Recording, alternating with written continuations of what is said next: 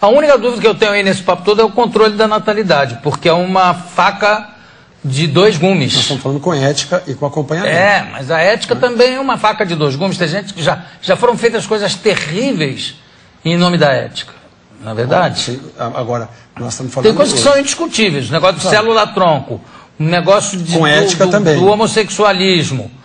Sim, tudo isso. Mas o controle da natalidade é, sei lá, não é que eu seja contra ou que eu seja nitidamente a favor. Mas eu acho que cada caso é um caso. É difícil criterizar. Então eu vou perguntar, por exemplo, agora que quem está entrevistando sou eu vou perguntar para você o seguinte: qual é a posição da igreja anglicana em relação ao aborto? Olha, primeiro, quem é que é a favor de aborto? Quem que é a favor de aborto? Ninguém é a favor do aborto. A igreja romana, ela tem o quê? O Código Civil Romano. Dura lex sed lex. A lei é dura, mas é lei. Roma locuta, causa finita. O Papa falou, acabou. A igreja anglicana tem a tradição do common law, o senso comum. Então eu vou lhe responder já. O casal está ali, vamos transar? Vamos. Aí se engravidar, aborta. Está errado. Está errado, não está certo. É aético. Tipo, que tem mil maneiras de tem mil maneiras de você evitar. Agora, aquela criança que foi abusada sexualmente por aquele padrasto horroroso e que o médico foi excomungado. Não tem que excomungar médico. Você tem que prender o pedófilo e não deixar ele sair mais.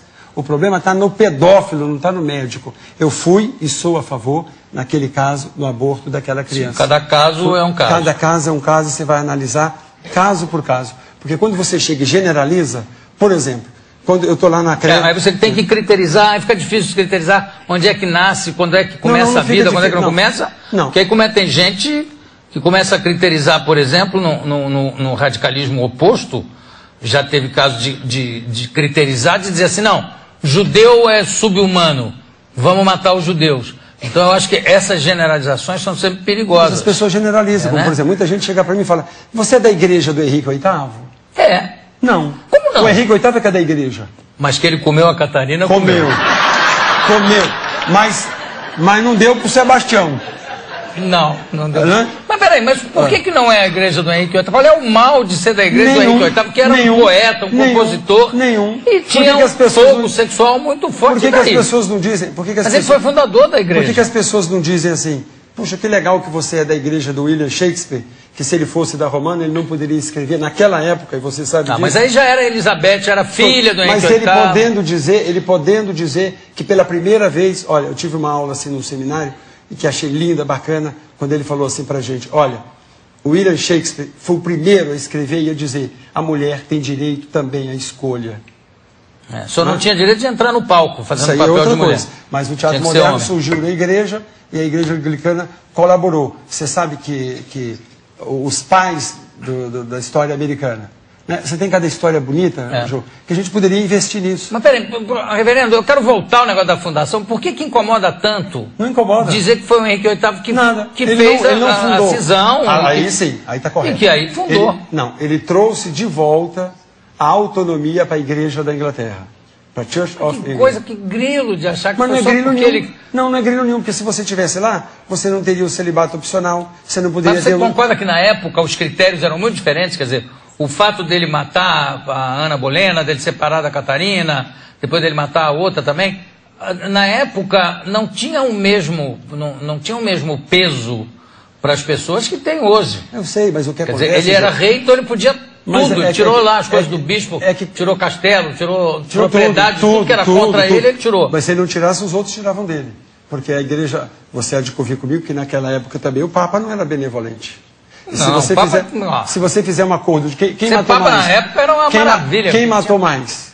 Quem matou mais? Henrique VIII ou a Inquisição de Roma?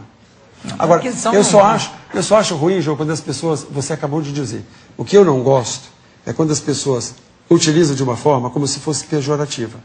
Né? Você não usa isso para ninguém. Mas não pode ser pejorativo, é um dado histórico. Mas é histórico, é bonito, é legal. Dizer que o Pedro Alves Cabral tinha mau hálito. E daí? Ainda bem que nós tivemos o Henrique VIII. Também. Ainda bem que eu também não sei. Mas se abrir o túmulo hoje deve estar fedendo pra caramba.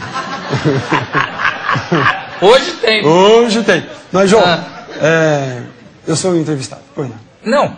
Vamos perguntar que o papo está tão bom aqui. Tá bom, não tá? Essa conversa não tá boa? Ele só me perguntou agora ainda por que eu sou muito procurado para fazer casamento. Não, isso aí é de menos, para mim é menos importante do que ter você aqui conversando sobre quem você é e como você age, o que você pensa. Isso aqui é interessante. Legal. E é claro que a consequência disso é a série de casamentos que você faz, e que você abençoa casais. Não tem nada melhor do que isso, como profissão. O que eu acho bacana, João, que eu queria dizer, e foi que a palavra inicial que eu disse para essa plateia maravilhosa e para as pessoas que estão nos ouvindo em casa, é a seguinte, né? O livro de autoajuda mais vendido no mundo foi O Segredo. Precisa comprar o livro. O Segredo está baseado, vamos voltar no 7. Mateus 7, 7. Peça que você vai receber. Bata que a porta vai se abrir. Procura que você vai encontrar.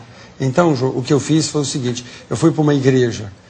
Uma igreja que estava quase que fechando, a igreja anglicana, num bairro em Santo Amaro.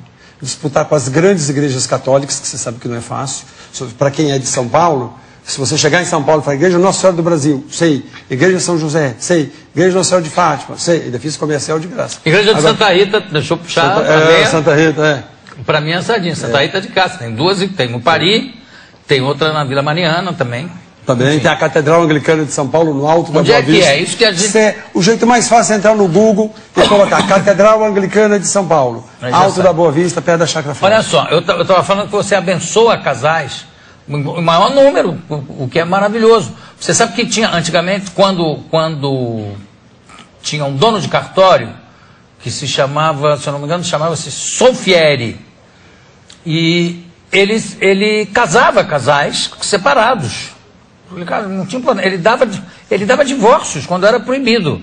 E aí o Getúlio cassou o cartório dele. Ele passou a assassinar, inclusive, Solfieri Furtado, porque ele achou que o Getúlio tinha roubado o cartório dele. E ele dizia, o argumento dele era fácil. Ele dizia assim, eu não sou contra o casamento. Cada casamento que eu desfaço são 2 casamentos que se formam.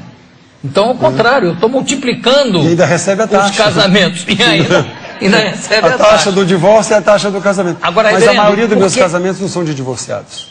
Não, mas podia ser. Mas pode, mas não tem problema nenhum. Claro. Não poderia ter problema nenhum. O que eu queria perguntar é o seguinte, o que é o reverendo na igreja anglicana?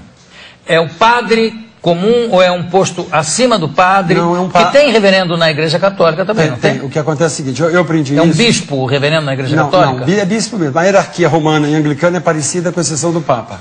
É parecida. O que acontece é o seguinte... Não tem Papa na igreja anglicana? Não. A igreja anglicana é autônoma. Eu votava em você. Se tivesse, eu votava em você. Obrigado. Votava. Então vamos lá. Mas fala, como é que é? É o seguinte...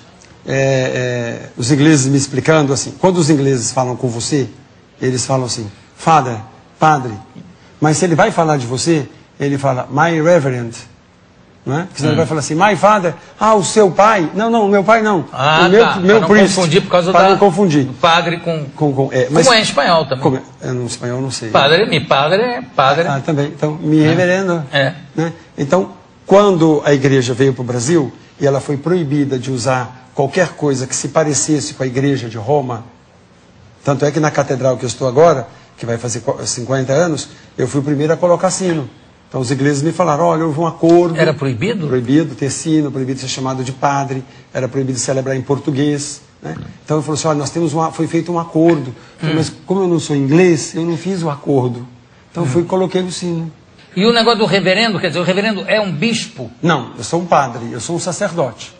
Meu padrinho de ordenação é o padre Zezinho, famoso da igreja romana, que Marcelo Rossi, todos os que estão aí, devem muito a Zezinho. Mas então, é isso que eu digo, qual é o que você falou, eu sou bispo, você é bispo? Não, porque eu não sou bispo, nem quero. Não, eu digo equivalente eu sou equivalente ao padre. Eu sou um padre, só que como eu estou numa catedral, numa igreja romana, eu seria o titular da catedral. Na Inglaterra se chama Dean, é o deão, é um posto, lá na Inglaterra é muito importante. Inglaterra, Canadá, Estados Unidos.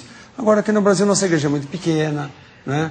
Mas eu sou um pároco de uma igreja, um vigário de uma igreja.